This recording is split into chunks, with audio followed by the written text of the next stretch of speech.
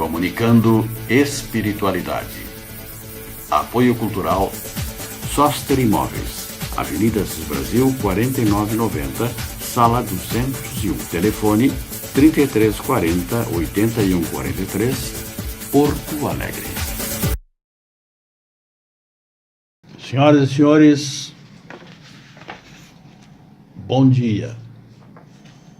Novamente estamos iniciando o nosso programa dos domingos, Comunicando Espiritualidade.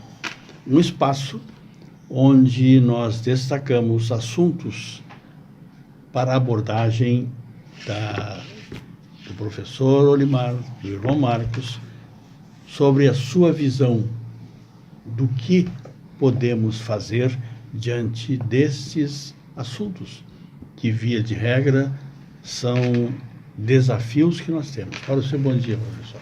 Bom dia a todos, é um prazer imenso estar aqui novamente. Peço permissão para adentrar em seus lares, mas, sobretudo, permissão para levar aos seus corações uma mensagem de esperança. Seu bom dia, Marcos. Bom dia, professor Zambuja, professor Olimar, bom dia, nossos amigos telespectadores. Ninguém morre, meus irmãos. A calma e a resignação, auridas da maneira de considerar a vida terrestre e da confiança no futuro, dão ao espírito uma serenidade que é o melhor preservativo contra a loucura e o suicídio. Professor. Bem, nós estamos diante de um tema que ele é recorrente, um tema da maior importância, e que uma das primeiras vezes em que fomos trabalhar esse tema, nós nos socorremos do CVV, fomos ao CVV, conversamos com o pessoal. O CVV é Centro de Valorização da Vida, né? Ele faz um trabalho cujas estatísticas talvez não indiquem, não diga exatamente da dimensão, né? Porque a pessoa telefona para lá, a pessoa está desesperada e eles dão todo aquele suporte, todo aquele apoio para que o indivíduo não faça isso, né? E ele surge a partir da constatação na Inglaterra, se não me falha a memória, de uma menina de 14 anos, que ela, ignorando naturalmente a sua situação, ela começa a menstruar e ela só entende que está sangrando e não sabe o que é aquilo e acaba se matando por ignorar exatamente o que era aquilo. Com base nisso, nós estamos aqui justamente porque a gente trabalha a questão da espiritualidade e sabe que muitas vezes as pessoas ignoram as consequências do suicídio do outro lado da vida. Por isso, nós estamos trazendo aqui, para que todos os senhores possam ver, né, o livro O Céu e o Inferno, de Allan Kardec. É a quinta obra dita básica, né, da doutrina dos espíritos. Essa obra é uma obra de extrema importância, tá? E ela traz, na tradução do Manuel Quintão, ela traz aqui duas partes. Ela está organizada didaticamente assim. Na primeira parte, ela vai abordar a doutrina, não é? Por vir o nada, medo da morte, céu, inferno, purgatório, não é? Doutrina das penas eternas, enfim, anjos, demônios, doutrina das penas futuras. Mas na segunda parte, ela traz exemplos. E esses exemplos são de uma importância capital. Por quê? Porque eles apresentam os espíritos que vivenciaram estas situações, trazendo o seu depoimento. Então nós temos nela, no capítulo 5 dessa segunda parte, depoimentos de suicidas. E com certeza, esses depoimentos nos dizem claramente, olha, não cometam um equívoco desta natureza, porque isso é transgredir a lei de Deus, e ele multiplica o sofrimento de uma forma exponencial. Muito, muito, muito maior é o sofrimento. Por quê? Porque, em linhas gerais, nós vamos perceber que o suicídio ele é praticado por algumas pessoas visando fugir de um problema. Tá? Ele quer fugir daquele problema. Na realidade, o que acontece, para sua surpresa, é que ele cria outro problema, e aquele ainda continua, porque ele se descobre vivo após a morte do corpo, e ainda sofrendo as consequências daquela ação que ele cometeu, e aí é o tipo de suicídio, né? E ele ainda vai reencarnar, ele vai voltar num outro corpo, ainda apresentando a tendência suicida. Então, por isso que a gente hoje optou por trazer novamente essa questão, porque hoje está sendo muito intenso o suicídio entre os jovens. Ainda não é o mais relevante em termos assim quantitativos, mas é preocupante, tá? Esse problema do suicídio entre os jovens. Irmão Marcos, como obter calma e resignação na vida atual? Bom, assim como o professor Olimar mostrou no livro Céu e Inferno, eu mostro então o nosso Evangelho, nosso Evangelho segundo o Espiritismo, né? Que no seu capítulo 5, no seu capítulo 5 ele traz bem-aventurados os aflitos, que é onde então Jesus trata, Kardec trata em um determinado momento sobre a questão do suicídio. E o professor Zambuja me pergunta como obter calma e resignação na vida atual. Pois bem, o que nos traz Kardec e os bons amigos espirituais é que a resposta é a fé. Só que para que nós tenhamos fé, nós temos que ter confiança em uma vida futura. E foi por isso que no início do programa eu disse: ninguém morre. E foi por isso que o professor Olimar disse que a pessoa que se suicida arranja um problema maior ainda do que ela já tinha, porque ninguém morre. E os relatos dos suicidas são bastante graves, se encontram em locais onde o tormento é constante e o sofrimento também. Então, nós temos que ter a noção, para que nós tenhamos fé, nós temos que ter a noção de nos localizarmos em um planeta de provas e expiações, e todos nós estamos sofrendo, todos nós estamos trabalhando, todos nós estamos batalhando dia a dia contra nós mesmos, os nossos vícios, os nossos maus ímpetos, maus hábitos, e todos nós estamos sofrendo. Ninguém prometeu que a Terra ia ser um mar de rosas. Um planeta destinado para espíritos que têm dívidas. E você veja que belíssimo planeta que Deus nos deu para que nós realmente aproveitássemos a oportunidade. Então, nós temos, por certo, que é vendida toda uma ideia de felicidade pela mídia, por amigos seus em redes sociais. Meus irmãos, não é verdade. Nós podemos ter alguns momentos de felicidade, porque nós temos também um capítulo no nosso Evangelho que diz que a felicidade não é deste mundo. A nossa felicidade está guardada para um momento muito melhor, acreditem nisso.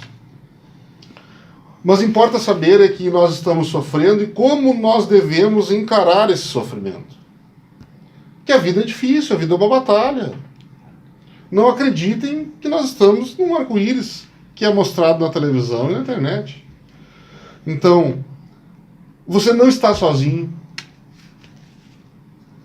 Você não pode resolver todos os seus problemas sozinho.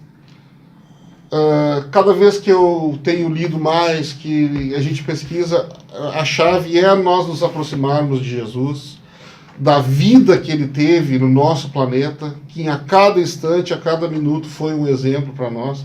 O problema é que nós temos a ideia de Jesus sentado num trono com uma coroa na cabeça.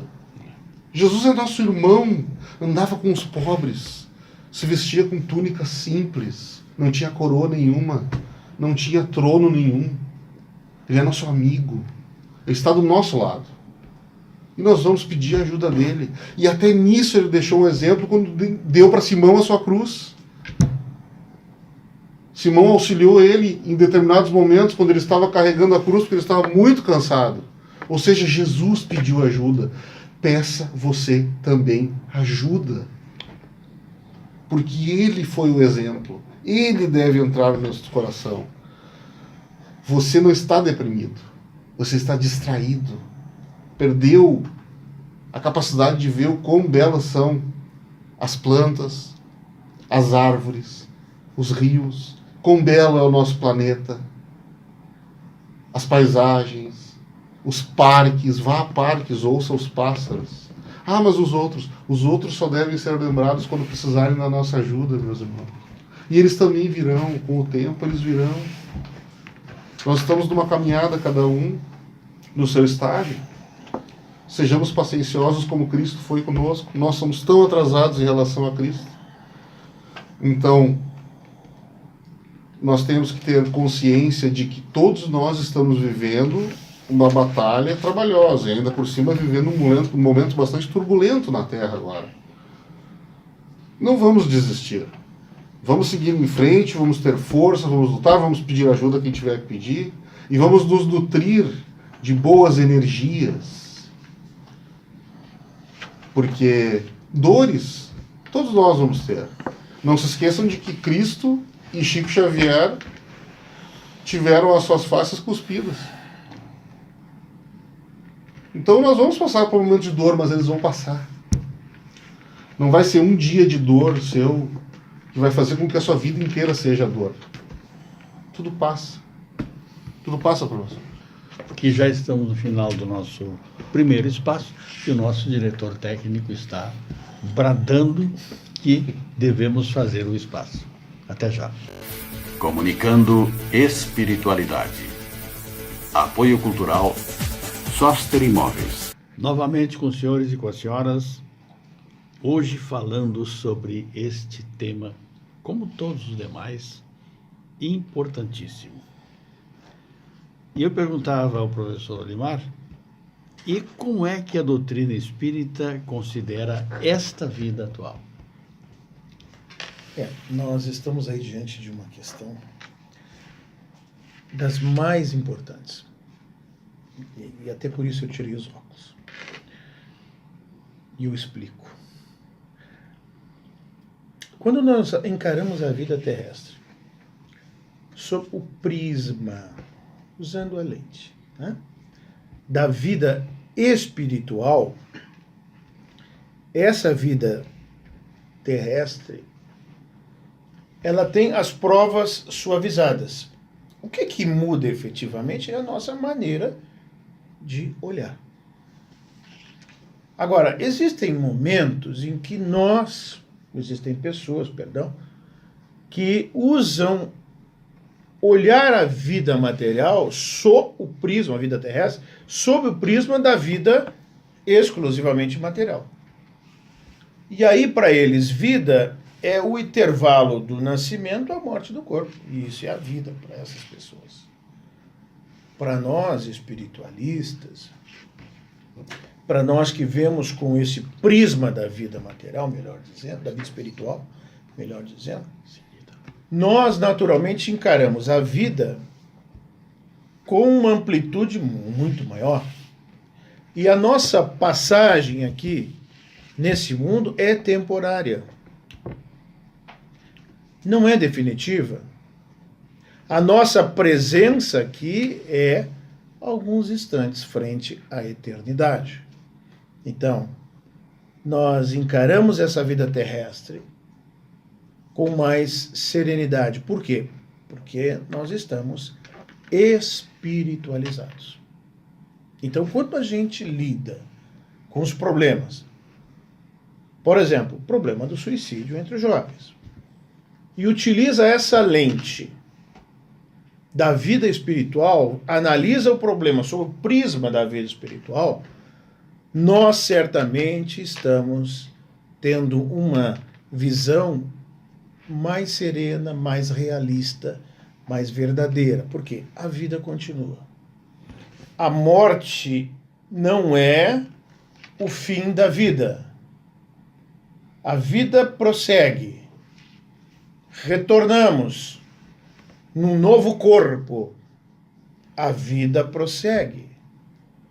Estando depois da morte no plano espiritual, não desaparecemos, Por quê? Permanecemos tendo os nossos pensamentos, os nossos desejos, nossos conhecimentos, e nós continuamos existindo, a nossa individualidade. Não nos misturamos no amálgama, né? Como apregou os panteístas, naquela formação de Deus. Nós depois que vamos morrer ou desencarnar o nosso espírito, vamos retornar a compor a Deus. Então, Deus seria uma resultante imperfeita, porque nós somos imperfeitos. Não? Pelo amor de Deus, não dá para a gente aceitar isso sob o ponto de vista da lógica. Muito embora ainda hoje existam indivíduos que preguem essa doutrina do panteísmo. Ora, então, nós em todas essas etapas continuamos existindo. Logo, essa decisão tomada equivocadamente de fugir das provas da vida, e a gente vê aqui nesse livro as narrativas de vários espíritos falando disso, né? Aquele espírito que chega uma espécie de uma estalagem, um alojamento, né? Samaritana, o suicida da Samaritana, em 7 de abril de 1858, às 7 horas da noite, 19 horas, um homem de cerca de 50 anos de idade, decentemente trajado, se apresenta no estabelecimento da Samaritana de Paris, né? E mandou que ele preparasse um banho. Decorrido cerca de 2 horas, o criado de serviço, admirado pelo silêncio do freguês, resolveu entrar no gabinete para verificar o que ocorria. Deparou-se então com um quadro horroroso. O infeliz se degolara com uma navalha e todo o sangue dele se misturara com a água da banheira.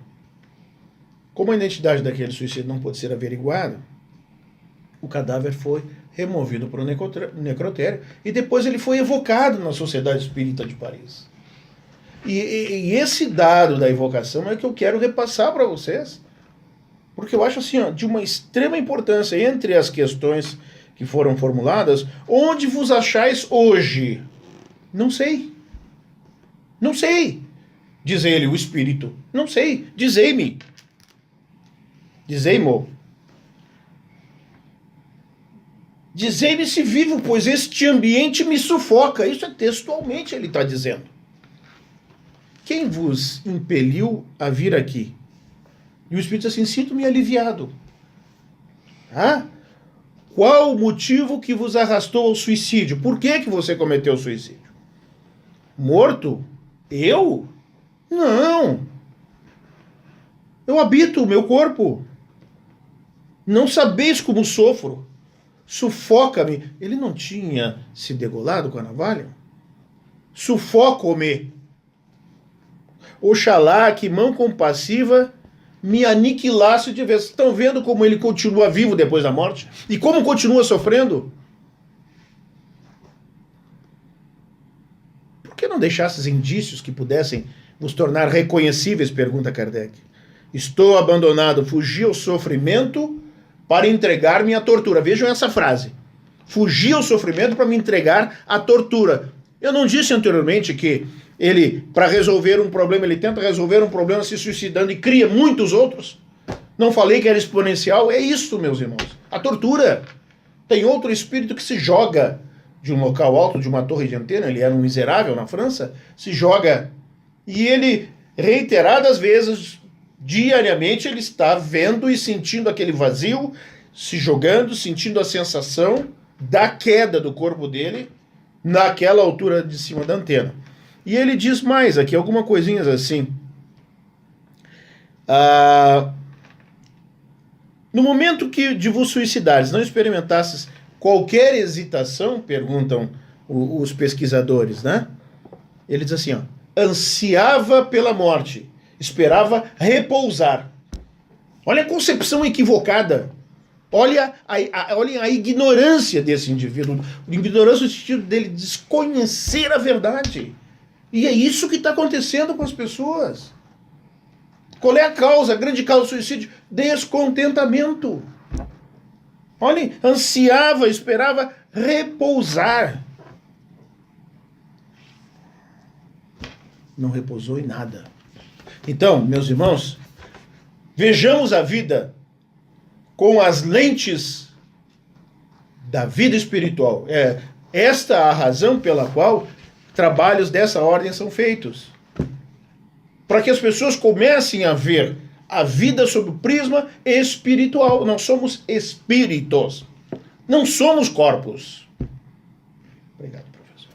Irmão Marcos, e o veneno do materialismo deve ser combatido?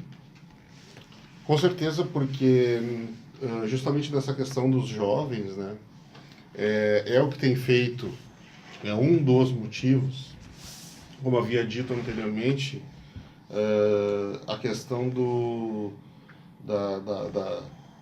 daquilo que é vendido midiaticamente e nas redes sociais, de uma felicidade constante, onde todo mundo é perfeito, todos são felizes, de que nós não temos problemas familiares, de que nós não temos problemas com os filhos, de que nós não temos problemas no trabalho. E aí, então, você vê uma pessoa que adquire um carro novo, coloca lá na rede social, e às vezes tem a pessoa que se mata porque não conseguiu também ter um carro como aquele. E aí voltamos até, resgatamos o nosso programa anterior que falou sobre a riqueza, né? O ser e o ter. Mas isso tudo faz com que as pessoas percam a sua identidade, meus irmãos. Nós não somos aquilo que nós temos. Nós somos aquilo que nós somos. Aquilo que nós espelhamos, aquilo que nós semeamos, as coisas que nós dizemos e a maneira com a qual nós nos comportamos. Então, isso faz, essa onda materialista faz com que se criem necessidades e desejos completamente desnecessários. Nós temos aqui no nosso Evangelho, ainda no capítulo 5, a propagação das ideias materialistas pois, Kardec dizendo, o veneno que inocula em um grande número de pessoas o pensamento do suicídio. E aqueles que se fazem seus apóstolos assumem sobre si uma terrível responsabilidade. Com o Espiritismo não sendo mais permitida a dúvida, o aspecto da vida muda. O crente sabe que a vida se prolonga indefinidamente além do túmulo. Mas em outras condições, daí a paciência e a resignação que o afastam naturalmente do pensamento do suicídio. Numa palavra, a coragem moral. Quando você tem uma mídia, quando você tem umas redes sociais, todas elas atreladas à sensação de bem-estar ligado a bens materiais, ao dinheiro, e você se vê impedido de manter ou ter aquela suposta condição de vida que é propagada, as pessoas elas entram em depressão, elas ficam tristes, elas perdem a identidade. Mas isso é incorreto, porque nós somos aquilo que nós somos, nós vivemos dentro daquelas condições que nós temos. E podemos lutar, batalhar mais, estudar, fazer outros cursos a fim de ter uma vida melhor, que é custoso e é trabalhoso, nada vem fácil, como também é vendido. Então, sejamos nós mesmos. Sejamos nós mesmos. Será que aquela pessoa que põe todos os seus bens materiais lá adquiridos e que não há problema nisso? Todo mundo pode ter aquilo que acha que deve ter. Mas lembre-se de quem é ela. O que ela lhe transmite. E não a posse do que ela tem. A posse dos que as pessoas têm não pode transmitir nada, meus irmãos. E sim aquilo que ela é, a autenticidade, a identidade real das pessoas. Né? Então guardem isso em seus corações e tenham a certeza de que nós estamos sendo assistidos diariamente pelos bons amigos espirituais que querem que nós vençamos mais uma encarnação nesse planeta. Meus irmãos, professor João Marcos, já estamos no fim do nosso programa. Finzinho mesmo. Então, para a sua mensagem final, neste domingo. Mas, irmãos, a mensagem que eu deixo é clara. Jesus diz assim, conhecereis a verdade e ela vos libertará. Né? Conheçamos essa verdade. Já está na hora da gente se libertar da ignorância, cometendo erros que geram muitas dores, muitos sofrimentos para todos os familiares. Está na hora, meus irmãos. E a doutrina dos Espíritos tem contribuído muito para isso. Vamos procurar conhecer. Bom dia. Marcos, para as suas despedidas e sua mensagem final. De Você. hoje, do domingo, desse domingo. Aqueles dias mais sombrios que nós temos na nossa existência, com ocorrências desagradáveis, aqueles dias que nada parece dar certo, que nós temos sucessões de fatos que são perturbadores, deprimentes. Esses dias são dias de provas, meus irmãos. São dias de provas e não para desencanto. São dias que nós somos chamados à batalha. Dias que nós somos chamados a mostrar quem nós realmente somos e qual é o tamanho da nossa fé. Um bom domingo a todos e um grande abraço. Aos irmãos e às irmãs que nos dão um prazer com sua presença conosco, tenhamos todos um ótimo domingo, uma excelente semana e no próximo domingo estaremos novamente para o nosso prazer aqui, dividindo com os senhores e com as senhoras a comunicação da espiritualidade. Bom dia.